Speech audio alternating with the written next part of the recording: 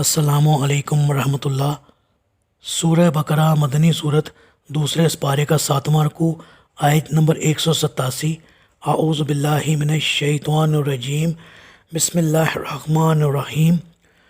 احل لکم لیلۃ الصیام الرفث الی نسائکم ہن لباس لکم وانتم لباس لہن علم اللہ انکم کنتم تختانون انفسکم فتاب علیکم وعفا عنکم فالآن باشروہن وابتغوا ما کتب اللہ لکم وکلوا واشربوا حتی یتبین لکم الخیط الابیض من الخیط الاسود من الفجر ثم اتموا الصیام الی اللیل ولا تباشروہن وانتم عاکفون فی المساجد تلک حدود اللہ فلا تقربوها کذالک یبین اللہ آیاتہ للناس لعلہم یتقون۔ روزوں کی راتوں میں تمہارے لیے اپنی بیویوں کے پاس جانا حلال کر دیا گیا ہے۔ وہ تمہارے لیے لباس ہیں اور تم ان کے لیے لباس ہو۔ اللہ کو معلوم ہے کہ تم اپنے آپ سے خیانت کر رہے تھے، لہٰذا اللہ نے تم پر مہربانی کی اور تمہارا قصور معاف کر دیا، سو اب تم ان سے مباشرت کر سکتے ہو، اور جو کچھ اللہ نے تمہارے لیے مقدر کر رکھا ہے اسے طلب کرو۔ اور فجر کے وقت جب تک سفید داری کالی داری سے واضح طور پر نمایاں نہ ہو جائے تم کھا پی سکتے ہو، پھر رات تک اپنے روزے پورے کرو، اور اگر تم مسجدوں میں اعتکاف بیٹھے ہو تو پھر بیویوں سے مباشرت نہ کرو، یہ ہے اللہ تعالیٰ کی حدود، تم ان کے قریب بھی نہ پھٹکو۔ اسی انداز سے اللہ تعالیٰ اپنے احکام لوگوں کے لیے کھول کھول کر بیان کرتا ہے تاکہ وہ پرہیزگار بن جائیں۔ جی، میاں بیوی کے تعلقات کے لیے اللہ تعالیٰ نے نہایت لطیف استعارہ فرمایا، جس کے لیے کئی مفہوم ہو سکتے ہیں۔ ایک تو یہ کہ جس طرح لباس اور جسم کے درمیان کوئی اور چیز حائل نہیں ہوتی، اسی طرح میاں بیوی کا تعلق ایک دوسرے کے ساتھ ہوتا ہے۔ دوسرے یہ کہ تم دونوں ایک دوسرے کے رازدار اور رازدان ہو۔ تیسرے یہ کہ تم دونوں ایک دوسرے کی عزت کے شریک ہو، اور چوتھے یہ کہ تم دونوں ایک دوسرے کے پردہ پوش ہو۔ ابتدائے اسلام میں رمضان کی راتوں میں اپنی بیویوں سے مباشرت کرنے کے متعلق کوئی واضح حکم موجود نہ تھا، تاہم صحابہ کرام اپنی جگہ اسے ناجائز سمجھتے تھے۔ پھر بعض صحابہ مکروہ سمجھتے ہوئے بھی اس کام سے باز نہ رہ سکے۔ چنانچہ برا بن عازب رضی اللہ تعالیٰ عنہ فرماتے ہیں کہ جب روزے فرض ہوئے تو لوگ سارا مہینہ عورتوں کے پاس نہ جاتے، پھر بعض لوگوں نے چوری چوری یہ کام کر لیا، تب اللہ تعالیٰ نے یہ آیت نازل فرمائی۔ مباشرت اس لیے کرنا چاہیے کہ اللہ تعالیٰ نے جو اولاد مقدر فرمائی ہے وہ عطا فرما دے۔ گویا اس آیت سے عزل اور لواطت اور دبر میں جماع کرنے وغیرہ سب باتوں کی ممانت ثابت ہوتی ہے، اور اگر کوئی شخص رمضان میں دن کو روزہ کی حالت میں مباشرت کرے تو اسے اس کا کفارہ ادا کرنا ہوگا۔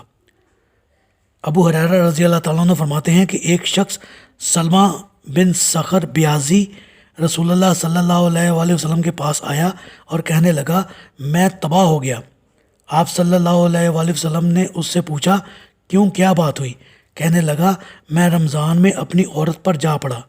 آپ صلی اللہ علیہ وآلہ وسلم نے اس سے پوچھا، کیا تم ایک غلام آزاد کر سکتا ہے؟ کہنے لگا، مجھ میں یہ قدرت نہیں۔ پھر آپ نے پوچھا، 2 مہینے کے پے در پہ روزے رکھ سکتا ہے؟ کہنے لگا، نہیں۔ اتنا مقدور ہوتا تو یہ روزہ ہی کیوں توڑتا؟ پھر آپ نے پوچھا، اچھا 60 مسکینوں کو کھانا کھلا سکتا ہے؟ کہنے لگا، نہیں۔ آپ نے اسے کہا کہ اچھا بیٹھ جاؤ۔ اتنے میں آپ کے پاس کھجوروں کا ایک ٹوکرا آ گیا جس میں 15 سا کھجور آ سکتی ہے۔ آپ نے اسے فرمایا، لے، ٹوکرا لے جا اور اسے محتاجوں میں تقسیم کر دے۔ وہ کہنے لگا کہ میں اسے ان لوگوں میں تقسیم کروں جو ہم سے بڑھ کر محتاج ہوں؟ قسم اس پروردگار کی جس نے آپ صلی اللہ علیہ وآلہ وسلم کو سچائی کے ساتھ مبعوث فرمایا۔ مدینہ کے دونوں کناروں میں اس سرے سے اس سرے تک کوئی گھر والے ہم سے زیادہ محتاج نہیں۔ یہ سن کر آپ اتنا ہنسے کہ آپ کی کچلیاں نظر آنے لگیں اور فرمایا جا اپنی بیوی بچوں کو ہی کھلا دے۔ اس حدیث سے دو باتیں معلوم ہوئیں۔ ایک یہ کہ فرضی روزہ توڑنے کا کفارہ بعینیہ وہی ہے جو سورہ مجادلہ کی آیت نمبر 3 اور 4 میں مذکور ہے، اور دوسری یہ کہ کفارہ دینے والا اگر محتاج اور تنگ دست ہو تو اس کی صدقہ اور خیرات سے مدد کی جا سکتی ہے۔ رات کی تاریکی سے سپیدہ فجر نمایاں ہو جائے۔ عدی بن حاتم رضی اللہ تعالیٰ عنہ کہتے ہیں کہ میں نے رات کو ایک سفید ڈوری اور ایک کالی ڈوری اپنے تکیے کے نیچے رکھ لی، انہیں دیکھتا رہا مگر تمیز نہ ہوئی، کھاتے پیتے رہے۔ جب صبح ہوئی تو نبی اکرم صلی اللہ علیہ وآلہ وسلم سے عرض کیا، یا رسول اللہ، میں نے اپنے تکیے تلے 2 ڈوریاں رکھ لی تھیں۔ آپ صلی اللہ علیہ وآلہ وسلم نے مزاحن فرمایا، تمہارا تکیہ تو بہت بڑا ہے، جس کے نیچے صبح کی سفید ڈوری اور رات کی کالی ڈوری آ گئی۔ برا بن عازب رضی اللہ تعالیٰ عنہ سے روایت ہے کہ نبی اکرم صلی اللہ علیہ وآلہ وسلم کے اصحاب میں سے جب کوئی روزہ رکھتا اور افطار کرنے سے پہلے سو جاتا تو پھر اگلی شام تک کچھ نہ کھا سکتا تھا۔ قیس رضی اللہ تعالیٰ عنہ بن سرما نے روزہ رکھا، جب افطار کا وقت آیا تو بیوی سے پوچھا، کیا کھانے کو کوئی چیز ہے؟ وہ بولی نہیں، لیکن میں ابھی جاتی ہوں تو تمہارے کھانے کو کچھ لے آتی ہوں۔ بیوی چلی گئی۔ قیس دن بھر کے تھکے ماندے تھے، نیند نے غلبہ کیا اور وہ سو گئے۔ بیوی نے واپس آ کر دیکھا تو بہت دکھ ہوا۔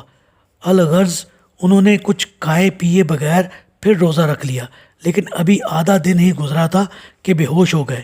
نبی اکرم صلی اللہ علیہ وآلہ وسلم سے اس بات کا ذکر کیا گیا تو اس وقت یہ آیت نازل ہوئی۔ آغاز سحر سے لے کر آغاز رات یعنی غروب آفتاب تک روزے کا وقت ہے۔ غروب آفتاب کے فوراً بعد روزہ افطار کر لینا چاہیے۔ یہود غروب آفتاب کے بعد احتیاطاً اندھیرا چھا جانے تک روزہ نہیں کھولتے تھے۔ اس لیے آپ صلی اللہ علیہ وآلہ وسلم نے فرمایا کہ میری امت اس وقت تک خیر پر رہے گی جب تک روزہ جلد افطار کرے گی۔ روزہ کھولنے میں جلدی اور سحری دیر سے کھانا چاہیے۔ نیز عبداللہ بن ابی اوفا سے روایت ہے کہ ہم ایک سفر غزوہ فتح مکہ میں رسول اللہ صلی اللہ علیہ وآلہ وسلم کے ہمراہ تھے۔ آپ نے ایک آدمی بلال رضی اللہ تعالیٰ عنہ سے فرمایا کہ اتر اور میرے لیے ستو گول۔ وہ کہنے لگا، یا رسول اللہ، ابھی تو سورج کی روشنی ہے۔ آپ نے فرمایا، اتر اور میرے لیے ستو گول۔ بلال پھر کہنے لگے، یا رسول اللہ صلی اللہ علیہ وآلہ وسلم، ابھی تو سورج کی روشنی ہے۔ آپ نے پھر تیسری بار فرمایا، اتر اور میرے لیے ستو گول۔ آخر وہ اترے اور ستو گولا۔ آپ صلی اللہ علیہ وآلہ وسلم نے پی لیے۔ پھر آپ نے مشرق کی طرف ہاتھ سے اشارہ کر کے فرمایا کہ جب ادھر سے رات کا اندھیرا شروع ہو تو روزہ افطار کرنے کا وقت ہو گیا۔ عبداللہ بن مسعود رضی اللہ تعالیٰ عنہ سے روایت ہے کہ رسول اللہ صلی اللہ علیہ وآلہ وسلم نے فرمایا، دیکھو تم بلال کی اذان کہنے سے سحری کھانے سے رک نہ جانا۔ بلال تو اس لیے اذان دیتا ہے کہ جو شخص تہجد کی نماز میں کھڑا ہو وہ لوٹ جائے، اور صبح یا فجر کی روشنی وہ نہیں ہے جو اس طرح لمبی ہوتی ہے۔ پھر آپ نے دونوں ہاتھ اوپر اٹھا کر بتایا کہ یہ صبح کاذب ہے۔ پھر ایک ہاتھ کو دوسرے ہاتھ سے جدا کر کے دائیں بائیں کھینچا اور یہ صبح صادق ہے۔ اسی طرح روزہ رکھتے وقت آخری وقت کھانا پینا افضل ہے۔ اس آیت سے معلوم ہوا کہ اعتکاف ہر مسجد میں ہو سکتا ہے اور صرف مسجد میں ہی ہو سکتا ہے۔ رمضان میں بھی ہو سکتا ہے اور غیر رمضان میں بھی، مگر چونکہ رمضان میں دوسرے مہینوں کی نسبت بہت زیادہ ثواب ملتا ہے اور رمضان میں اعتکاف فرض کفایہ کی حیثیت رکھتا ہے، لہذا اسی کی زیادہ اہمیت ہے۔ بہتر تو یہی ہے کہ آخری عشرہ رمضان اعتکاف میں گزارا جائے، تاہم یہ کم وقت حتیٰ کہ ایک دن کے لیے بھی ہو سکتا ہے۔ اعتکاف کی حالت میں شرعی عذر کے بغیر باہر نہ جانا چاہیے۔ نہ زیادہ دنیاوی باتوں میں مشغول ہونا چاہیے، اور اعتکاف کی حالت میں اپنی بیویوں سے صحبت بھی منع ہے۔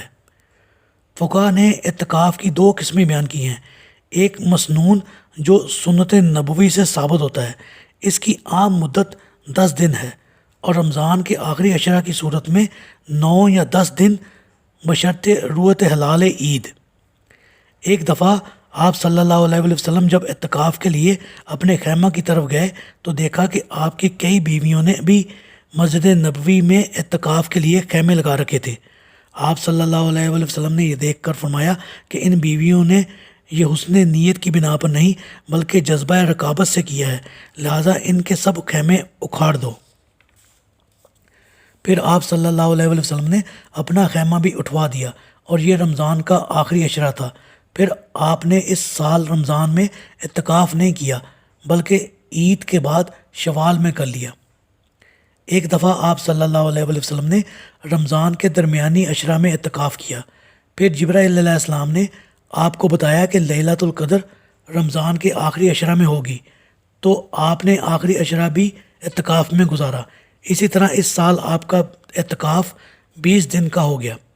ان سب احادیث سے معلوم ہوتا ہے کہ مسنون اعتکاف ایک عشرہ سے کم نہیں ہوتا، اور افضل اعتکاف رمضان کا آخری عشرہ ہے، اور اس بات میں اعتکاف کرنے والے کو اختیار ہے کہ وہ چاہے تو 21ویں رات نماز عشاء اور قیام اللیل کے بعد صبح کی نماز ادا کرنے کے بعد بیٹھ جائے، اعتکاف میں بیٹھ جائے یا مغرب کے بعد ہی بیٹھ جائے۔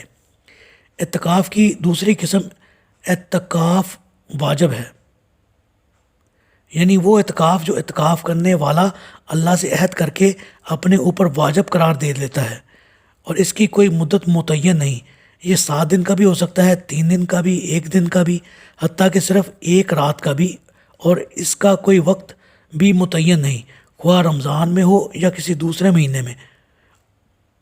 عبداللہ بن عمر رضی اللہ تعالیٰ عنہ کہتے ہیں کہ عمر رضی اللہ تعالیٰ عنہ نے رسول اللہ صلی اللہ علیہ وآلہ وسلم سے پوچھا کہ میں نے جاہلیت کے زمانے میں یہ مدت مانی کہ 1 رات مسجد حرام میں اعتکاف کروں گا، تو آپ صلی اللہ علیہ وآلہ وسلم نے فرمایا کہ اپنی منت پوری کرو۔ واضح ہے کہ منت صرف وہی پوری کرنی چاہیے جس میں اللہ کی معصیت نہ ہوتی ہو، اور اگر کسی خلاف شرع کام پر منت مانی ہو تو اسے ہرگز پورا نہ کرنا چاہیے۔ اللہ تعالیٰ نے یہ نہیں فرمایا کہ ان حدود سے تجاوز نہ کرنا، بلکہ یوں فرمایا کہ ان حدود کے قریب بھی نہ پھٹکنا، اور ان دونوں قسم کے فکروں میں جو فرق ہے وہ سب سمجھ سکتے ہیں۔ اللہ تعالیٰ سے دعا ہے اللہ تعالیٰ ہمیں رمضان میں روزے رکھنے کی اور اعتکاف کرنے کی توفیق عطا فرمائے، آمین۔